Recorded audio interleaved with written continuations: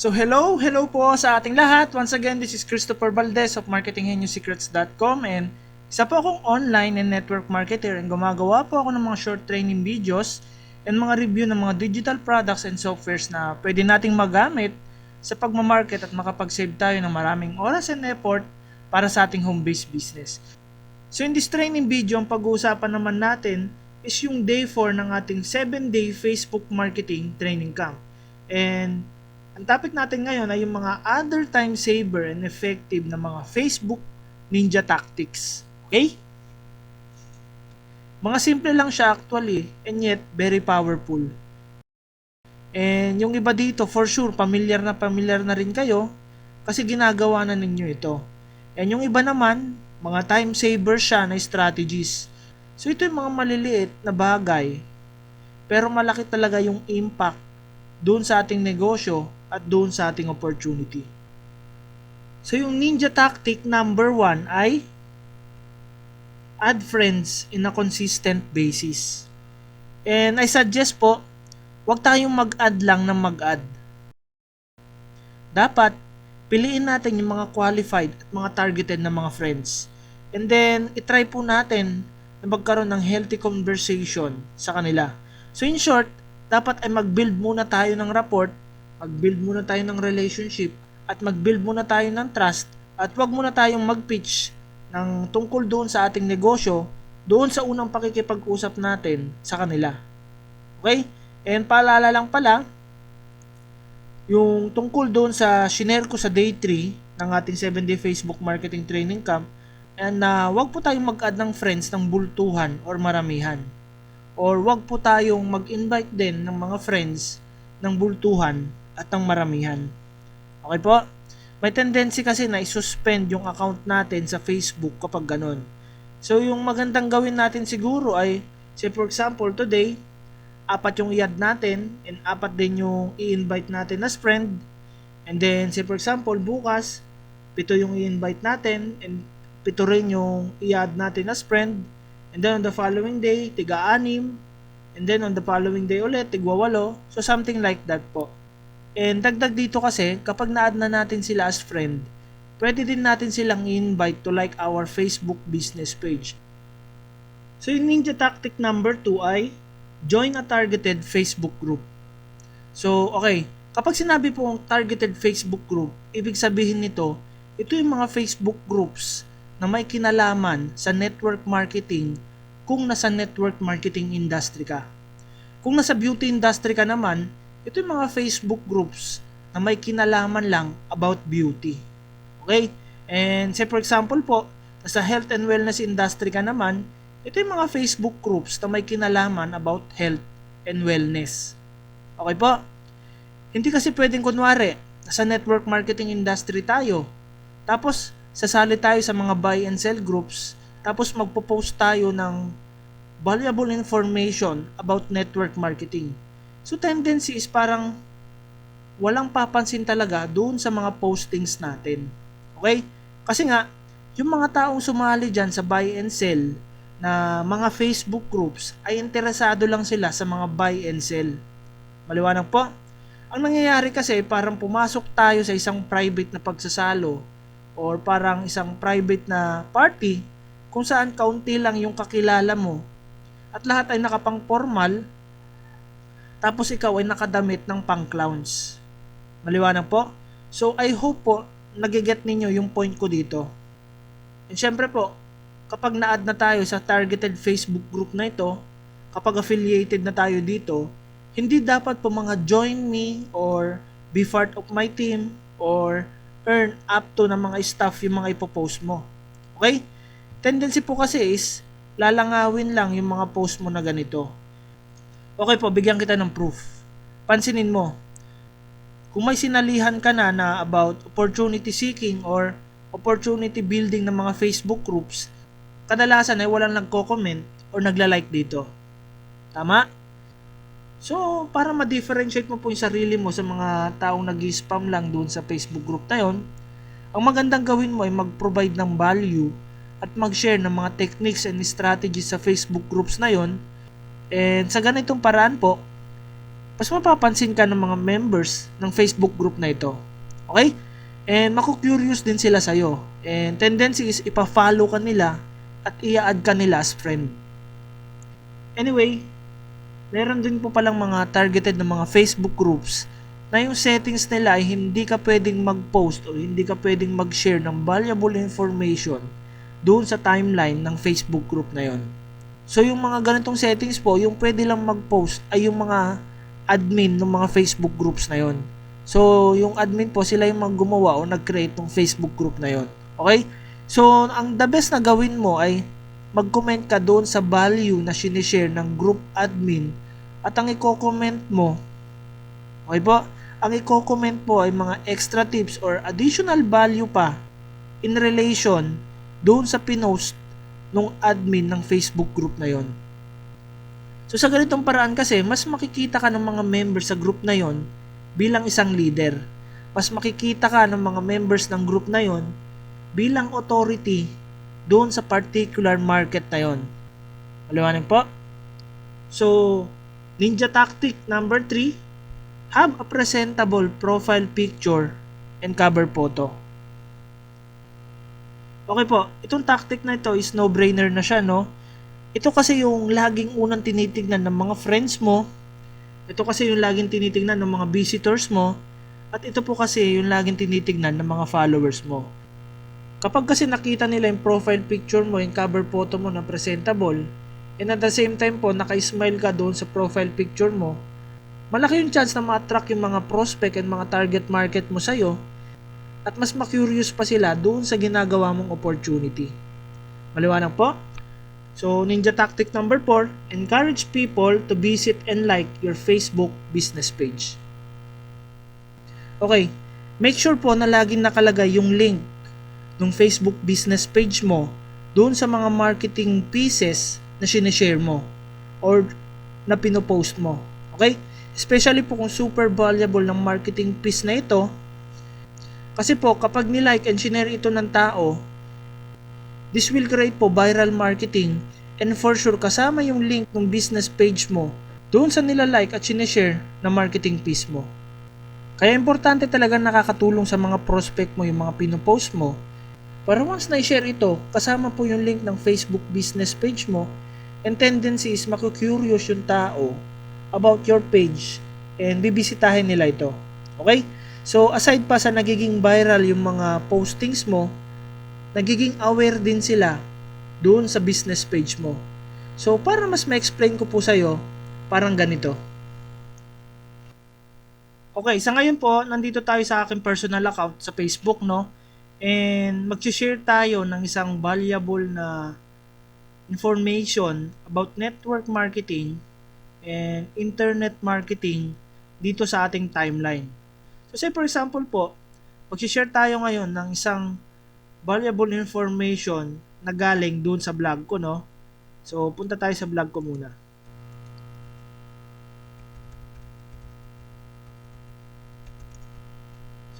marketinghidden-secrets.com. So, tumingin po tayo ng topic na pwede nating i-share ngayon doon sa ating personal account sa Facebook. Okay? Doon sa ating timeline. So, tingin tayo. Okay. How not to hard sell or tag as push. Okay. So, for example po, itong topic na ito, yung share natin doon sa ating Facebook account, no? So, ayan. How not to hard sell or tag as pushy salesman. So, balik po tayo dito sa ating Facebook account and mag-share na po tayo ng value. Okay.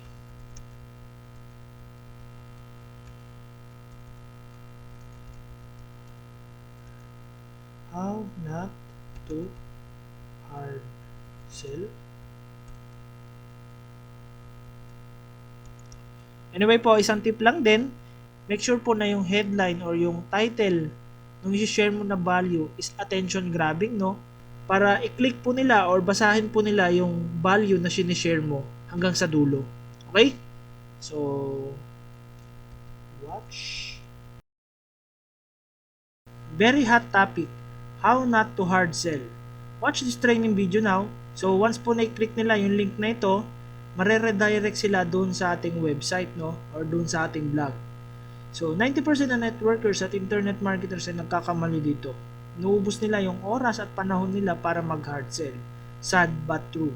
Kung isa ka sa kanila, hindi mo dapat palampasin ang training video na ito. And sa free training video na ito, malalaman mo yung sikretong paraan paano ipakita yung opportunity mo sa tao nang hindi kailangan mag-hard sell pa. Magagawa mo ito in 3 simple steps. Ito ulit yung link ng training video.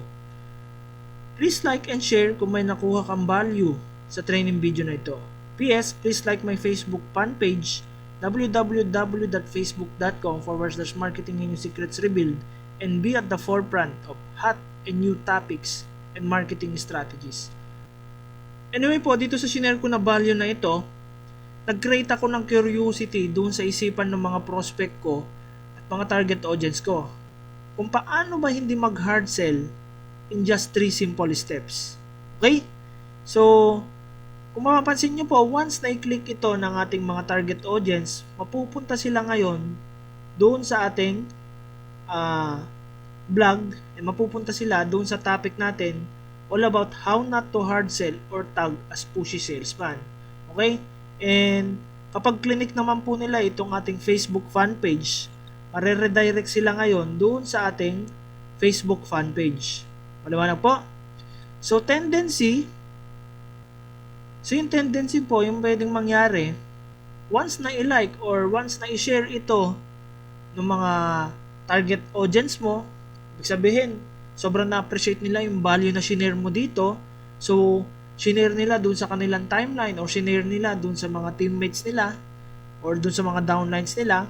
Mangyayari po is, kapag may nakabasa ang ibang tao dito sa pinost mo na shinare ng ibang tao, tendency is makikita rin nila yung link ng Facebook business page mo, and tendency po is maging curious sila kung ano ito, and pwede nilang i-click po, and pwede na nilang i-like dito or pwede na po nilang i-follow. So kapag ganito kasi yung mga post mo, malaki po yung chance na ila-like at i-share ito ng maraming tao. Okay? Malaki din yung chance na bisitahin yung business page mo. So kapag meron ka rin sariling blog or website, mas na-establish mo pa yung sarili mo as an authority doon sa particular na niche mo. Tama po? And nakakapag-drive ka pa ng traffic papunta doon sa website mo. Okay? Plus the fact po na hindi na lang ikaw yung nag-a-advertise ng business page mo, kundi marami na kayo dahil shinare ng maraming tao yung post mo na ito. And that's viral marketing for you. And ang kagandahan nito, libre siya. Tama? So ayan po yung number 4 na ninja tactic na masishare ko sa inyo. And number 5, schedule your sharing of value. Pwede mo lang itong gawin sa Facebook business page mo. Okay po? Lilinawin ko po, pwede mo lang itong gawin doon sa Facebook business page mo at hindi doon sa personal account mo. Actually, lagi ko itong ginagamit, and to tell you honestly, ang dami ko pong oras na natitipid dahil sa strategy na ito. And actually po, pwede mong i-schedule yung value na sinishare mo sa business page mo for the whole week or kahit for the whole month pa. Ayos, di ba? So, yung pinaka-benefit talaga nito, i-imagine mo na lang kunwari yung scenario na ito. Halimbawa, every 10 a.m. ay regular ka nag-share ng value doon sa business page mo. Ito na kasi yung naging habit mo. And then one time, may isang prospect na gustong malaman yung opportunity mo, and yung libreng oras lang niya para makita yung opportunity mo is from 9 a.m. to 11 a.m. So in short, from 9 to 11 a.m. ay kausap mo yung prospect mo at hindi ka na nakapag-post ng 10 a.m. Tama? But because ginamit natin yung strategy na ito, kahit sabihin pa natin na 2, 3 o kahit ilang prospect pa ang kausap natin, ay hindi na tayo papalya na mag-share ng value sa particular na oras at araw na yon. Tama po? So, allow me po to share with you yung strategy na ito. Okay? Okay, so ngayon po nandito tayo sa aking personal account, no? So ngayon, pupunta tayo doon sa ating Facebook business page para gumawa tayo ng ating mga scheduled post.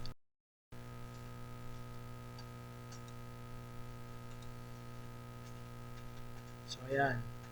So, ngayon po, ang gagawin natin is mag-share tayo ng value dito. Okay? And say for example po, kunyari, nangyari sa atin yung scenario na binigay ko sa iyo kanina. So, kunwari po, meron tayong kausap na prospect ng 9 a.m. to 11 a.m. and kailangan natin mag-post ng 10 a.m. Okay? So, kunwari po, yung i-share na lang natin na value dito is yung unang example natin kanina doon sa Ninja Tactic number 4, no? So, kopyahin na lang po natin yon, okay? So, ayan. Kunyari po, ito yung i-share natin ngayon na value doon sa ating Facebook business page, no? And supposedly, itong post na ito ay dapat lumabas bukas ng alas 10 ng umaga. Okay? So, para magawa po ito, ang gagawin lang natin is pumunta tayo dito sa bandang baba. And then, drop down lang po natin ito. So, i-click lang natin itong inverted triangle icon na ito. And then, click po natin, schedule. Okay? So, for this example po, since 12:32 a.m. na, so, yung date po natin, hindi na natin kailangan baguhin. Tama? Kasi mamayang alas 10 na yung kakausapin natin na prospect. So, ang babaguhin lang po natin ngayon is itong oras. Okay? So, ang gagawin natin ngayon is click natin dito. And then, type natin 10. And dito sa minute section, 00.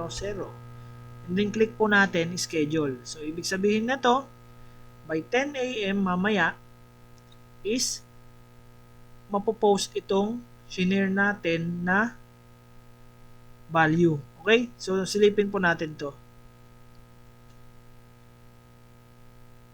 So, ayan. So, nakalagay po rito, by February 5, 2016, at 10 a.m., lalabas itong post na ito. Or, may popost itong value na ito. Okay? So, kung gusto pa po natin madagdagan ito, kunwari, for the whole week or for the whole month, is mag-share na tayo ng value. So, pwede rin po yon. So, pwede rin po tayo pumunta rito sa create. And then, ilagay lang po natin dito yung value na gusto natin i-share. And then, click lang po natin ang schedule. Okay? Or, punta tayo sa page natin. Balik tayo rito. And then, dito po, mag-share lang tayo ng value. Then, click lang natin itong drop-down icon na to. Then, click po natin ang schedule. Okay? So, ayan po yung panglimang ninja tactic na pwede kong may share sa inyo. And, make this a habit po. Schedule niyo yung mga value na gusto nyo i-share doon sa business page ninyo pang sa ganun, makapag-save kayo ng maraming oras and effort dito sa Facebook marketing efforts ninyo. Okay? So, make sure po to apply this 5 time saver na mga strategies bilang dagdag doon sa knowledge na nakuha mo about Facebook business page. Effective din po kasi yung mga techniques na yan para makapag-generate ka pa ng maraming leads para doon sa opportunity mo. So, that's it guys. I hope meron kayong nakuhang value and technique dito sa short training video na ito. And kung may nakuha po kayo, please share this link sa inyong mga Facebook or any social media accounts upang sa ganon matutunan at malaman din ito ng mga kaibigan ninyo, mga team members ninyo, at mga downlines ninyo. Also po, please like my Facebook fan page, www.facebook.com/Christopher Manzano Valdez. Pwede nyo po akong i-follow sa Twitter at Toffel_Valdez, or pwede po kayong mag-subscribe sa aking YouTube channel, http://bit.ly.com/Christopher_channel. And kung may katanungan pa po kayo, you can email me at christopher@marketinggeniussecrets.com, or you can just simply comment po sa baba ng video na ito yung mga katanungan ninyo. Also po, lagi ko sinasabi, isang habit na magandang i-develop natin is reading books. Okay? Kaya strongly recommend po, bisitahin ninyo itong http://marketinggeniussecrets.com/my-store. And pwede nyong i-check dyan yung mga recommended ko na best-selling books galing po sa mga veterano and proven and tested na ng mga networkers all around the world. And for sure, kapag binasa po ninyo yung mga libro na yan, sigurado ako marami kayong matututunan ng mga strategies and mga value dyan. Okay po? Also po, kung gusto ninyong mauna sa lahat ng trainings na ginagawa ko, sa mga tools and softwares na nire-review ko, na pwede ninyong magamit to save lots of time and effort sa pagmamarket, please subscribe to our email list. Punta lang po kayo sa www.marketinggeniussecrets.com and then mag-subscribe po kayo dito. Okay? So, pagpunta nyo po doon sa aking website, puntahan nyo lang po yung orange box na yon and enter your email address, then click Get Updates. So, sa ganitong paraan, may papadala ko ng diretso sa email address mo yung mga strategies, techniques, and training videos na ginagawa ko. And lastly, meron din akong ginawang Mindmaster group sa Facebook. Anyone po, basta networker or aspiring to become a networker, can join in this Mindmaster group for free. Okay po, yung vision ng Facebook group na ito ay mag-provide ng maraming value tungkol dun sa mga tips and especially mga how-to knowledge and strategies na pwede mong i-apply sa networking business mo. So, meron din dito mga napapanahong tools and softwares na pwede mong magamit para makapag-save ng maraming time sa pagmamarket. And meron din mga downloadable reports dito in the form of ebooks. So, pwede nyo pong i-search ito. Yung pangalan ng Facebook group ay Pinoy Networkers Fantastic Mind Masters. Or pwede nyo pong puntahan yung link na ito, www.facebook.com/groups/Pinoy Networkers Mind Masters. Okay po? And add yourself, guys. And pwede nyo rin pong i-add dito yung mga team members and downlines nyo sa Facebook group na ito. And libre po siya. Again, this is Christopher Valdez of marketinggeniussecrets.com and thank you po for watching.